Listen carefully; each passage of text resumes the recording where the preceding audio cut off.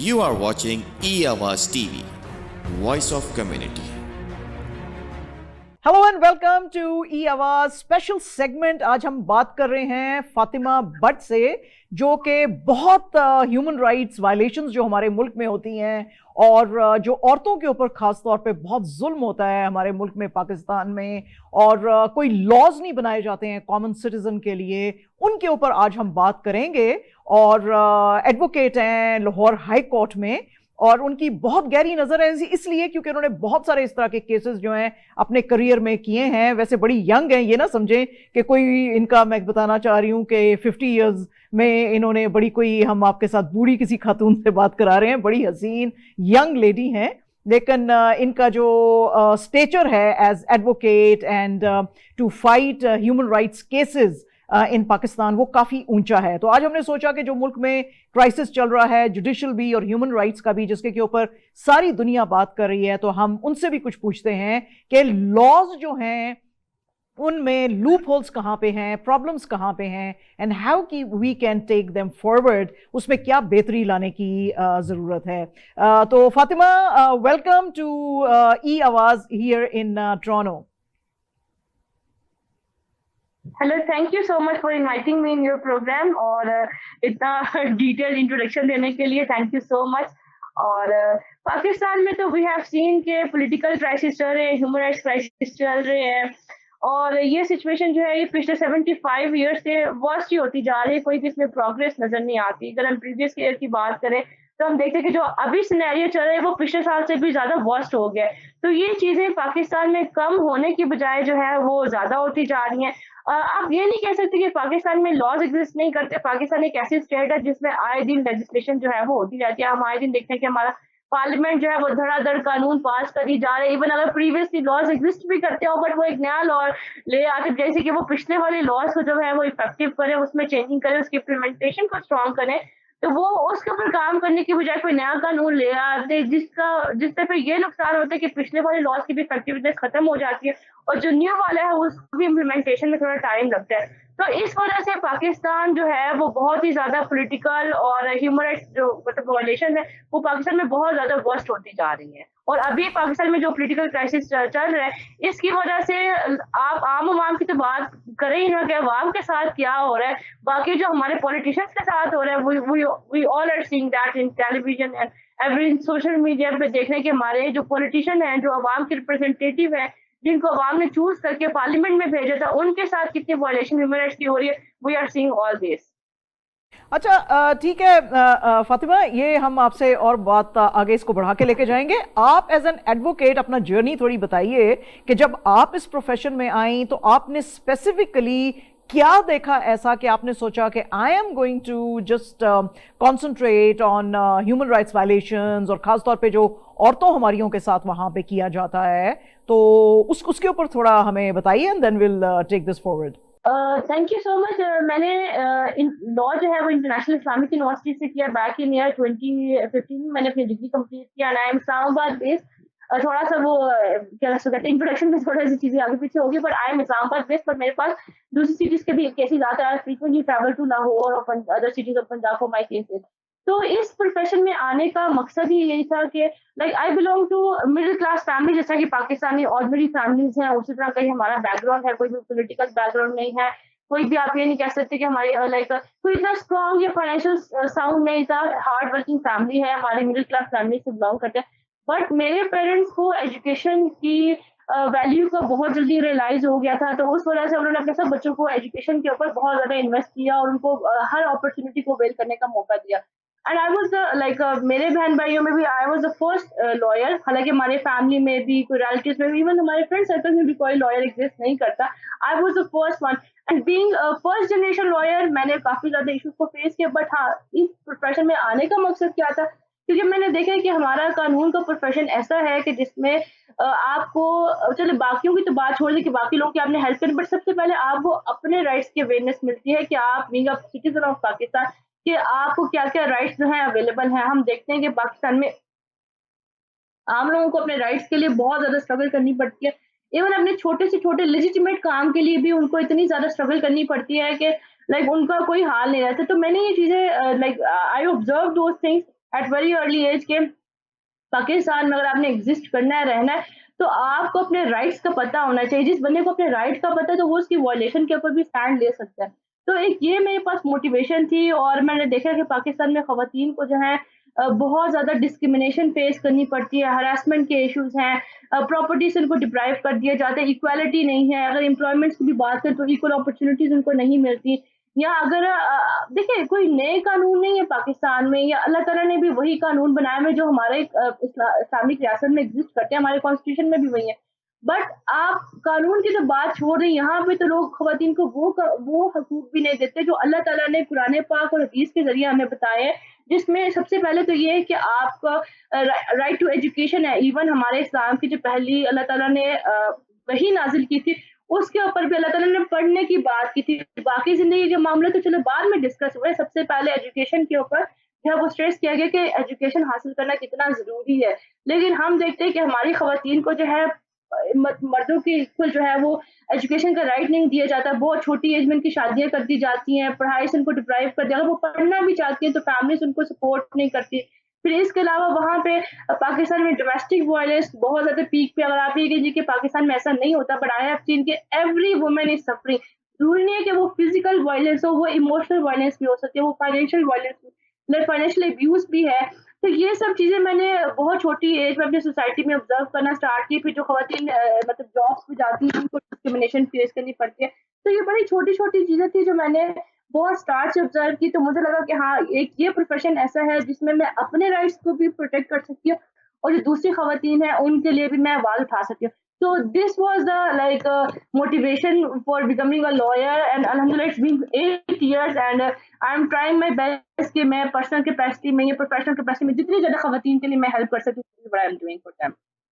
बहुत अच्छी आपने बात की। आपकी ये जो बात अभी हुई है, इससे मुझे दो चीजें एक तो सामने आई हैं। एक तो ये मैं आपसे पूछना चाहती हूँ कि जो ऑर्डिनरी सिटीजन है उसके लिए कुछ लॉज हैं, क्योंकि हम तो इस वक्त जंगल का कानून ही देख रहे हैं पाकिस्तान में। जो पावरफुल है उसके लिए सारे कानून हैं और जो ऑर्डिनरी सिटीजन है उसके लिए नहीं है। Number one, this is the first part of my question. The second part of my question is, क्योंकि आप औरतों के ह्यूमन राइट्स के लिए काम करती हैं, ये जो अभी औरतों के साथ इतना ज्यादा उनको मारना पीटना, पुलिस की जो एक्सेसेस हैं उनकी मैं बात कर रही हूँ अभी, जो बिल्कुल करंट सिनेरियो में, और फीमेल जो पॉलिटिशियंस हैं उनको ड्रैग किया जा रहा है, जेलों में डाला जा रहा है, और जबकि आपके हाई कोर्ट्स और जो दूसरे कोर्ट्स हैं वो कह भी रहे हैं कि इनको छोड़ दें आप, फिर भी उसकी कंप्लीट वायलेशन में औरतों के खिलाफ ये किया जा रहा है। तो प्लीज इन दोनों चीजों के ऊपर जरा आप अपने कमेंट्स दीजिए, हाउ राइट दे आर, क्योंकि सारी दुनिया इस वक्त हमको देख रही है। देखिए पाकिस्तान में तो अब जो पॉलिटिकल क्राइसिस चल रहा है, इसमें तो पावरफुल वाला कॉन्सेप्ट ही खत्म हो गया। पॉलिटिशियन ही पावरफुल होते थे, but we are seeing them बेचारे कितना ज्यादा रूल गए हैं कि उनके ऊपर केसेस बन रहे हैं, उनके ऊपर वायलेंस हो रही है। हालांकि ये लाइक इंटरनेशनल लॉ भी है, पाकिस्तान का लॉ भी है कि अगर आप किसी को अरेस्ट करेंगे तो उसके ऊपर आप वायलेंस नहीं कर सकते फॉर द पर्पस कि आप उससे जो है वो इंफॉर्मेशन एक्सपेक्ट कर सकें या एविडेंस ले सकें या कुछ स्टेटमेंट उससे ले सकें। But we are seeing that कि पाकिस्तान में ये चीजें इतनी ज्यादा लाइक वर्स्ट होती जा रही। ह्यूमन राइट्स की वॉइस है इस टाइम पॉलिटिकल क्राइसिस में सबसे ज्यादा पीक पे चली जाती है, क्योंकि हम देख रहे हैं कि हमारे जो पॉलिटिशियंस हैं, जिस भी पॉलिटिकल पार्टी को आप सपोर्ट करते हो उसको आप साइड पे रखें, बट आपको ये देखना चाहिए कि इस टाइम सिनेरियो क्या चल रहा है। वही लोग जो पावर में थे, हम वही देख रहे हैं उनको कि उनको उठा के लेके चले जाते हैं घर से, उनको बताया नहीं जाता कि आपके अगेंस्ट क्या केसेस है। हालांकि ये नेचर का असूल है, ये इंटरनेशनल लॉ की भी प्रिंसिपल्स हैं, पाकिस्तानी कानून भी इस चीज़ को कहते हैं कि अगर आपको किसी को पुलिस अरेस्ट करती है, then police has to inform you कि आप अगेंस्ट क्या एलिगेशंस है। पुलिस ने आपको उसी टाइम बताना है, बट हम देखते हैं कि उनको पता ही नहीं होता कि उनके अगेंस्ट क्या केसेस फाइल है, उनको उठा के लेके चले जाते हैं। उनको फिर जो है कितने कितने दिन जो है वो हिरासत में रखा जाता है, जो कि इलीगल डिटेंशन में आते हैं, क्योंकि ये पाकिस्तान का भी कानून है और इंटरनेशनल भी ये प्रिंसिपल्स हैं कि जब भी आप किसी बंदे को अरेस्ट करेंगे, उसको विद इन 24 आवर्स आपने मैजिस्ट्रेट के सामने पेश करना ही करना है हर हाल में। बट हम देखते हैं कि यहाँ पे उठा के ले जाते हैं और किसी को पता ही नहीं होता कि आप कहाँ गए हैं। समटाइम केस इस्लामाबाद का रजिस्टर्ड हुआ होता है एंड हम देखते हैं कि आपको जो है वो पुलिस जो है वो पंजाब से रिकवर कर रही होती है, पंजाब उठा के ले जाती है। तो ये चीजें हैं, इसके ऊपर वाकई ही आवाज उठाने की जरूरत है कि हम देख रहे हैं कि वायलेशन इससे इतनी ज्यादा है कि आपको पता ही नहीं है कि आप किस मुकदमे में उठाए जा रहे हैं। फिर उसके अलावा आप पे टॉर्चर किया जाता है, आपको जो बीइंग लाइक अगर आप एक्यूज भी हैं, जब तक आपके ऊपर वो एलिगेशंस प्रूव नहीं हो जाती, तब तक आप जो है वो आप उसको ये नहीं कह सकते कि ये बंदा क्रिमिनल है। लाइक उस जब तक आपका केस आपके ऊपर जो एलिगेशंस लगी हुई है प्रूव नहीं होती थ्रू सॉलिड एविडेंस और ट्रायल के बाद, तब तक आप एक्यूज ही रहेंगे मुलजिम, और मुलजिम होने के तहत आपके काफी ज्यादा राइट्स हैं कि आपको अपनी पसंद का लॉयर हायर करना, मतलब आप अपने लॉयर से के साथ आपका राब्ता हो, आप उससे मीटिंग कर सके, नेक्स्ट 24 आवर्स में आपको मैजिस्ट्रेट के सामने पेश करना जरूरी है। आपके ऊपर वायलेंस नहीं, टॉर्चर नहीं कर सकती पुलिस, बट हम देखते हैं कि जब भी हमारे पॉलिटिशियंस को नेक्स्ट जो है वो कोर्ट्स में जो है वो प्रेजेंट किया जाता है, तो हम देखते हैं कि बेचारों के क्या हाल हुए होते हैं। वो कंप्लेन कर रहे होते हैं कि जी हमें तो पानी भी नहीं पीने देते, वॉशरूम भी नहीं जाने देते, कि इस तरह का मेंटली टॉर्चर करते हैं, पूरी पूरी रात जगाए रखते हैं, मारते हैं, जख्म बन जाते हैं बेचारों को। तो ये चीजें भी हैं जो इस टाइम बहुत ज्यादा वर्स्ट हो रही है, जो इंटरनेशनल लॉ की और ह्यूमन राइट्स की सबसे ज्यादा वायलेशन है। और जहाँ तक खवातीन की बात करें, पाकिस्तान में तो ये कानून है कि किसी भी खातून को मगरिब के बाद जो है वो अरेस्ट नहीं किया जा सकता, मगरिब के बाद उसको पुलिस स्टेशन में नहीं रखा जा सकता। बट हमने अभी प्रेजेंट सिचुएशन ये देखी कि खातून पॉलिटिशियन को हम देख रहे हैं कि उनको पुलिस आके उठा के लेके जा रही है, चाहे वो रात का टाइम है, दिन का टाइम है, फजर का टाइम है, कोई टाइम उनको जो है वो फॉलो नहीं किया जा रहा, और उनके अगेंस्ट धड़ाधड़ केसेस बन रहे हैं, उनके ऊपर टॉर्चर किया जा रहा है। वो कंप्लेन कर रही थी कि मुझे हेल्थ इश्यूज हैं, बट हम देख रहे हैं कि उनको जो है मेडिसिन तक का भी एक्सेस नहीं होता। तो ये चीजें पाकिस्तान में बहुत ज्यादा हो रही हैं। ये तो अल्लाह ताला का भी कानून है कि अगर आप किसी पे एलिगेशन लगाते हो तो उसको भी लाइक किसी के अगेंस्ट एलिगेशन है तो उसको अपनी इनोसेंस प्रूव करने का राइट मिलता है हर हाल में। बट हम देख रहे हैं कि ऐसा पाकिस्तान में नहीं हो रहा, बल्कि चीजें जो है वो वर्स्ट हो रही है। तो इसमें मैं रिक्वेस्ट करूंगी जो इंटरनेशनल ऑर्गेनाइजेशन है जो ह्यूमन राइट्स पे काम करते हैं, और इवन पाकिस्तानी गवर्नमेंट को भी चाहिए कि जो बेसिक ह्यूमन राइट्स है उनको तो आप जो है वो कटेल ना करें, उनकी एक्सेसिबिलिटी को तो आप जो है वो, फिर जो भी पॉलिटिकल आपके डिफरेंसेस हैं, but being a citizen, being a human being, they have some rights, और आपको उन राइट्स को वायलेट नहीं करना चाहिए। अच्छा, इसी आपकी जो बात है उसके ऊपर एक और फिर मेरे जहन में क्वेश्चन आ गया है कि अगर आपके ऊपर कोई केस नहीं है और आपको उठाया जा रहा है, तो ना सिर्फ ये कि वो पाकिस्तान के लॉ बल्कि इंटरनेशनल लॉ के भी अगेंस्ट है। अच्छा, इसमें हम सिर्फ पॉलिटिशियंस और औरतें जो हैं बेचारी, जो विमेन और पॉलिटिशियंस हैं, खाली फीमेल पॉलिटिशियंस, उनको नहीं देख रहे, बल्कि हम जर्नलिस्ट को देख रहे हैं। अब देखें ना, जर्नलिस्ट जो है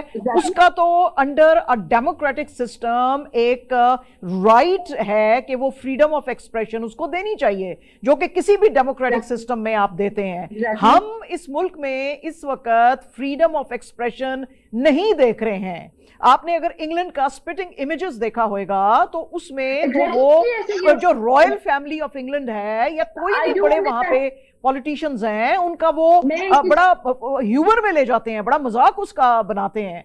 तो यहाँ पे तो अगर कोई सच भी बोलना चाह रहा है, या चले हम डिफेंड नहीं भी करते मीडिया को, तो अगर वो कोई बात करता है तो उसको उठा के ले जाना, गायब कर देना, मारना पीटना, तो ये कितना कानून के खिलाफ है कि आप फ्रीडम ऑफ एक्सप्रेशन नहीं दे रहे, उसको फ्रीडम ऑफ मूवमेंट नहीं दे रहे।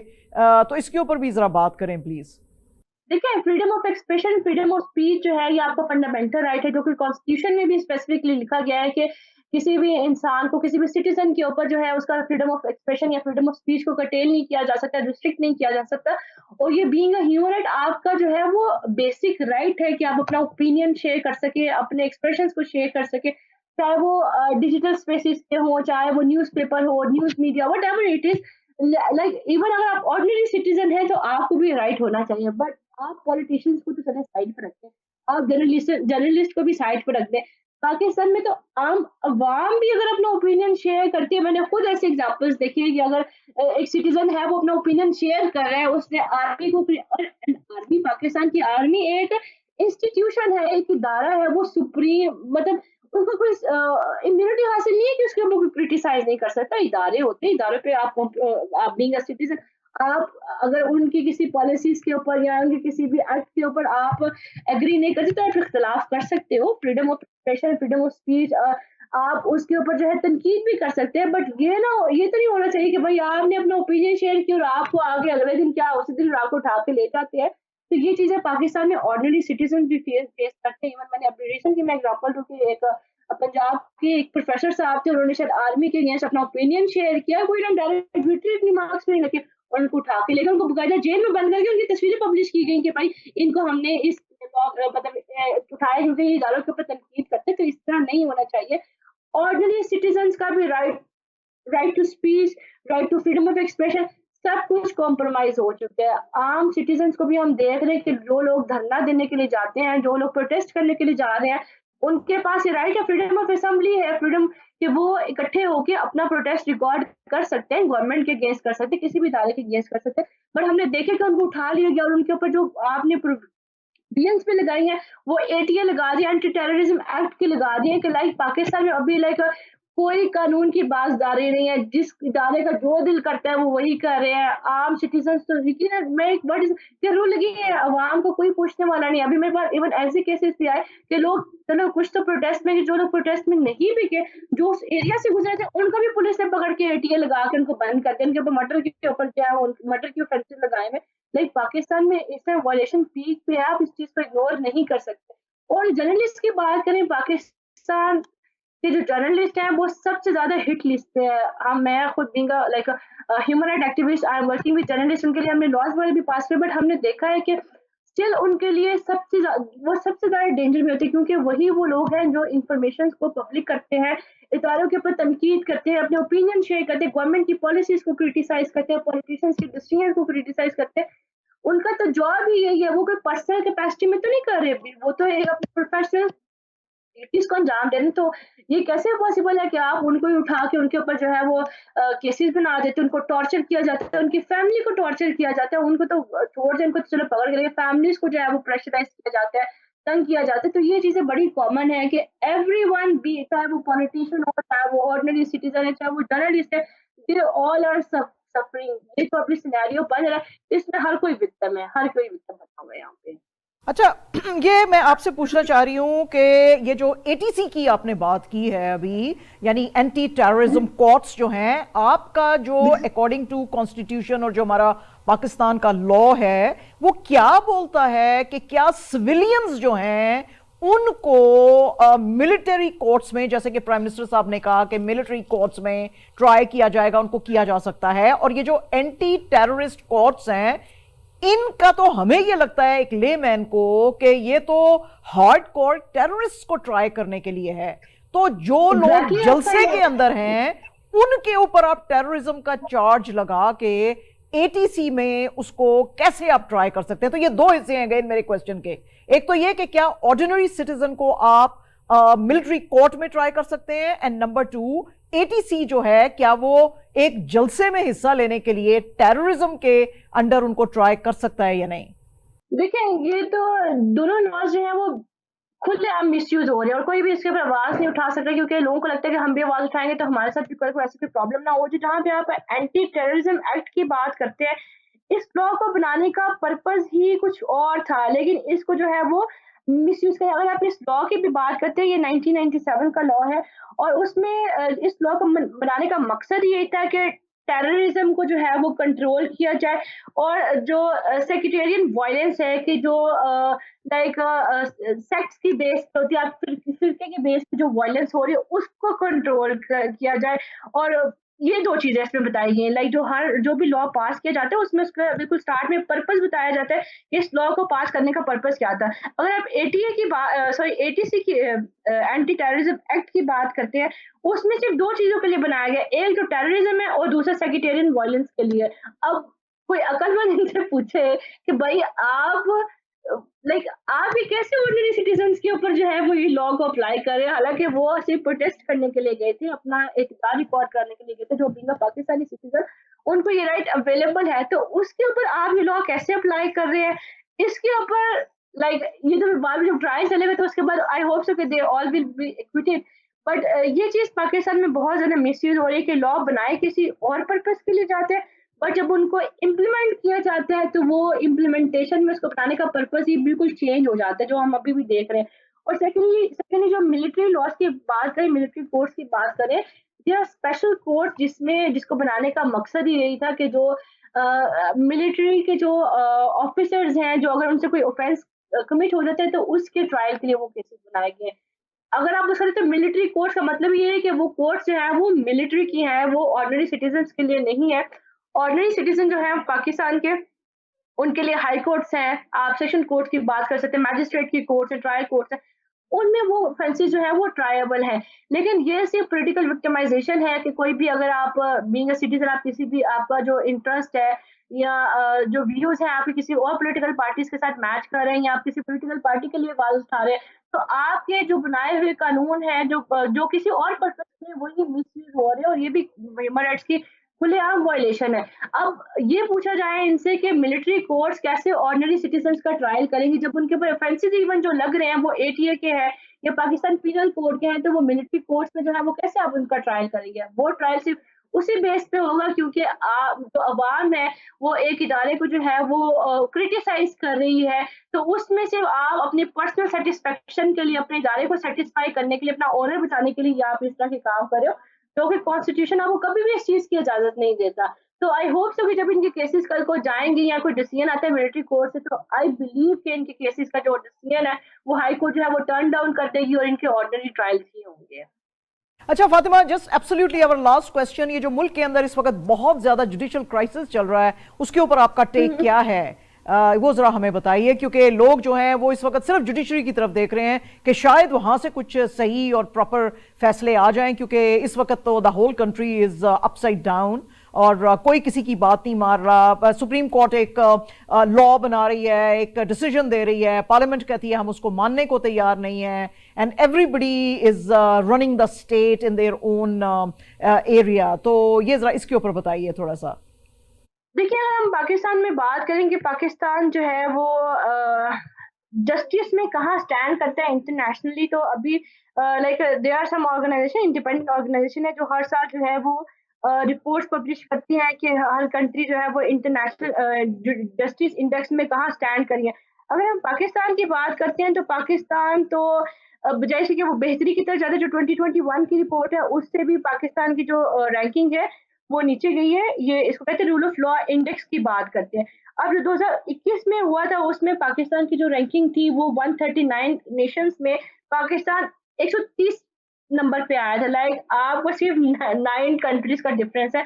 लाइक आप सबसे बिलो जो है वो एग्जिस्ट करते हैं। अभी अगर इस साल की हम बात करें तो इस साल भी पाकिस्तान की जो इंटरनेशनल जस्टिस में जहाँ पे पाकिस्तान स्टैंड कर रहा है वो भी वर्स्ट ही होता है कि it is for the reason कि पाकिस्तान में जुडिशरी का इतना होल्ड नहीं है कि वो लाइक इन ऐसी सिचुएशंस को हैंडल कर सके, ह्यूमन राइट्स की वायलेशंस को हैंडल कर सके। इवन अदरवाइज जो पॉलिटिकल क्राइसिस चल रहे हैं पाकिस्तान में, लाइक पॉलिटिकल पार्टीज भी एक्सपेक्ट करती है कि जो जुडिशरी है वो उनकी फेवर के डिसीजन देगी। लाइक दे वांट कि उनकी फेवर में डिक्टेटेड डिसीजन है कि वो खुद डिक्टेट करें कि जो जस्टिस है सुप्रीम कोर्ट की, हाई कोर्ट के, वो उनकी फेवर में डिसीजन दे। तो हम फिर ये देखते हैं कि अगर एक डिसीजन एक पॉलिटिकल पार्टी की फेवर में आता है तो सब पॉलिटिकल पार्टीज जो है वो उसके ऊपर जो है वो क्रिटिसाइज करना स्टार्ट कर देती हैं। जजेस को जो है आप लोग जो है वो कंट्रोवर्शियल बना देते हैं, जजेस को जुडिशरी को कंट्रोवर्शियल बना देते हैं, जो कि ऐसा नहीं होना चाहिए। We have to admit this fact कि हमने देखिए ये तो एक लाइक एक मुल्क सिर्फ तभी तरक्की कर सकता है जब उसकी अदालतें जो है वो अनबाइस्ड होकर डिसीजन दें, उसको डिसीजन देने के लिए किसी की भी डिटेक्शन की जरूरत ना हो, किसी के भी प्रेशर में ना आए। और अदालतों का काम ही इसी तरह का होता है कि वो फेयर और एज पर लॉ जो है वो डिसीजन दे। लेकिन हम चीज देखते हैं कि यहाँ पे बहुत से जजेस ऐसे हैं जो उनके वो खुद भी कंट्रोवर्शियल हो जाते हैं, उनके डिसीजंस भी कंट्रोवर्शियल हो जाते हैं। फिर यहाँ पे आए दिन हम देखते हैं कि लाइक जजेस को अप्रोच करने की बात होती है कि जी हम इस जज को अप्रोच कर लेंगे, जिसकी वजह से हमारा जो इंस्टीट्यूशन है जुडिशरी का बहुत ही ज्यादा कंट्रोवर्शियल हो गया।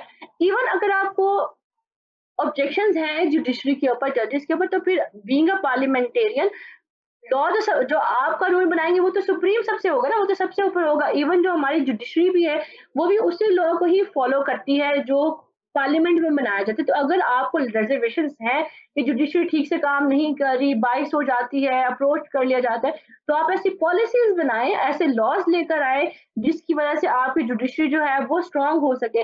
लेकिन पाकिस्तान में ये चीज बड़ी कॉमन है कि जो भी पॉलिटिकल पार्टी जो है वो पावर में आती है तो उसको लगता है कि हमारी फेवर के डिसीजन आएंगे, और जो दूसरी पॉलिटिकल पार्टी है उसके अगर अगर उसकी फेवर में कोई डिसीजन आ जाते तो फिर जजेस को जो है वो ये कहते हैं कि जी कॉम्प्रोमाइज हो गए हैं, इनको अप्रोच कर लिए गए। तो ये चीजें नहीं होनी चाहिए। बट देखिए जब पाकिस्तान में हर चीज ही वर्स्ट चल रही है, ह्यूमन राइट्स की वायलेशन पीक पे है, अगर आप इकोनॉमी की बात करें, इकोनॉमी इज टोटली डिस्ट्रॉयड। अगर आप ये देखें कि पाकिस्तान में आज डॉलर की प्राइस कितनी बढ़ गई है, गोल्ड की प्राइस कितनी बढ़ गई है, आम आवाम की एक्सेस में तो बेसिक नेसेसिटीज भी खरीदना मुश्किल होगा कि गरीब आवाम को कोई पूछने वाला नहीं है।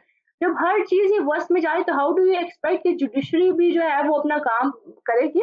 तो पाकिस्तान को हर तरह से ही ठीक करने की जरूरत है। तो जहाँ पे जुडिशल क्राइसिस की बात है, वो चीज भी एग्जिस्ट कर रही है, बट इस सिनेरियो में आई डोंट थिंक सो कि आप जुडिशरी को बेहतर कर सकते हैं। ऐसा नहीं होगा, आपको हर चीज ही ठीक करनी पड़ेगी। आपको शुरू से लेकर आखिर तक हर चीज पे काम करना पड़ेगा, क्योंकि each and everything is interlink connected है। जब तक एक चीज को ठीक नहीं करेंगे, दूसरी चीज भी ठीक नहीं हो सकती। तो आपने सब चीजों को मिलकर ठीक करना है। अच्छा, बस ये मैं अब एब्सोल्युटली लास्ट क्वेश्चन ही अब आपसे पूछूंगी, क्योंकि अब आपने बात ऐसी कर दी है, तो इसलिए मैंने कहा कि मैं ये पूछ ही लूं। ये मैं I was really tempted to ask you this question. तो आपको लगता है कि जुडिशरी के अंदर रिफॉर्म्स की जरूरत है फिर? एग्जैक्टली है। तो वो रिफॉर्म्स कौन लेकर आएगा? क्योंकि हमने तो देखा है बहुत माजरत के साथ कि जैसे साकिब निसार साहब थे, वो तो डैम बनाने निकल पड़े और फिर उन्होंने एक बड़ा स्पेशलिटी हॉस्पिटल, वो जो टॉप क्लास जो डॉक्टर्स थे जो अमेरिका से सारा कुछ अपना छोड़ छाड़ के पाकिस्तान की मोहब्बत के लिए आए थे, उनका हॉस्पिटल शट डाउन कर दिया। तो वो तो इस तरह के कामों में लग गए थे। तो अब फिर इनको कौन बताएगा कि सर आपने ये काम नहीं करने, आपने सिर्फ अपने जुडिशरी के काम करने हैं? देखिए मेरा अभी मैं सिर्फ एक लास्ट मैं ओपिनियन शेयर करूंगी। देखिए, जब हम अपने रिप्रेजेंटेटिव्स को पार्लियामेंट में भेज रहे हैं ना, पार्लियामेंट जो भी कानून बनाएगी वो इम्प्लीमेंट होगा। आप कानून को इतना स्ट्रांग देखिए, अगर आप दुबई में, आपको छोटी सी एग्जांपल देती हूँ कि अगर यही पाकिस्तानी उठ के यूएई जाते हैं, दुबई में जाते हैं, तो ये लॉज को कभी भी जो है वो कानून की पासदारी करते हैं। वो पूरी कोशिश करते हैं कि हम किसी भी कानून की जो है खिलाफ वर्जी ना करें, क्योंकि उनको पता है कि उनको पनिशमेंट्स होंगी और उसके बाद फाइन्स भी आपको देने पड़ेंगे, सजा भी सख्त है। मेन थिंग इज दैट कि वहाँ पे लॉ एंड ऑर्डर की सिचुएशन बहुत ज्यादा बेहतर है। वहाँ पे लॉज बहुत ज्यादा स्ट्रिक्ट है। आम आवाम चाहे कोई अनपढ़ भी दुबई जाएगा ना, उसको पता होगा कि मैं कोई किसी कानून की वायलेशन करूंगा तो मुझे लेने के देने पड़ जाएंगे, और आप दे भी दोगे फिर भी आपकी जान नहीं छूटेगी। मैं अभी यही बात करना चाहूंगी। देखिए, आपको जब आपके रिप्रेजेंटेटिव पार्लियामेंट में जा रहे हैं, बजाय इसे कि वो दूसरी पॉलिटिकल पार्टी की खींचतानी करे, टांगे खींचे, एक दूसरे को क्रिटिसाइज करे कि इसने करप्शन किए, वो भूल जाए इन सब चीजों को। आप जिस पर्पस के लिए आए हैं वहां पे आप कानून साजी करें, कानून को बदलें। और आपको लगता है कि कानून की इम्प्लीमेंटेशन नहीं है, आप चेंज करें। इवन तो हमारी सुप्रीम कोर्ट से बनी हुई है, हमारे जजेस की जो सारी वो फंक्शंस परफॉर्म कर रहे थे, वो सब कानून के तहत ही बनते हैं। अगर आपको लगता है कि यहाँ पे प्रॉब्लम्स है, आप कानून को बदलें, उसकी इम्प्लीमेंटेशन के लिए काम करें। और जो बंदा, जो भी इदारा कानून को फॉलो नहीं करता, आप उसकी अकाउंटेबिलिटी के लिए आप एक प्रोसेस बनाएं, ताकि हर बंदा, हर पब्लिक ऑफिसर, हर जो फंक्शन मतलब स्टेट फंक्शन या हर कोई आंसरेबल हो। जब तक लॉज की इम्प्लीमेंटेशन नहीं होगी, लॉ स्ट्रिक्ट नहीं होंगे, तब तक आप ये एक्सपेक्ट नहीं कर सकते कि आपके इदारे ठीक होंगे, आपकी जुडिशरी ठीक होगी या आपकी आवाम ठीक होगी।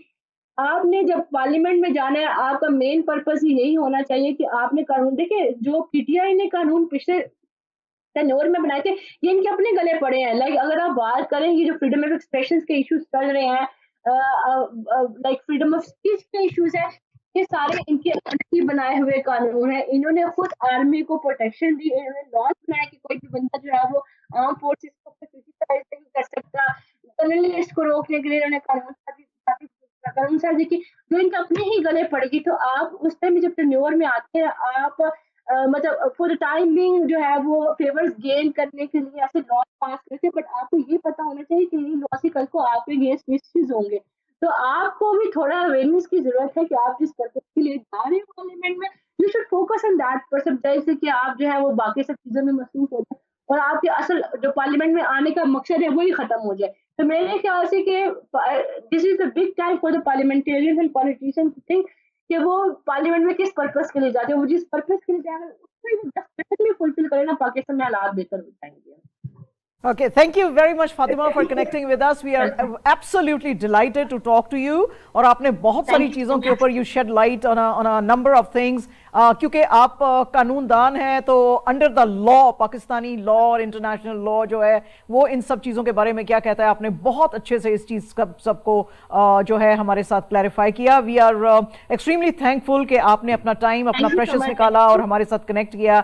We would really love to talk to you once again, but that's the whole time that we have for today. So bye for now. You are watching E Awaaz TV, Voice of Community.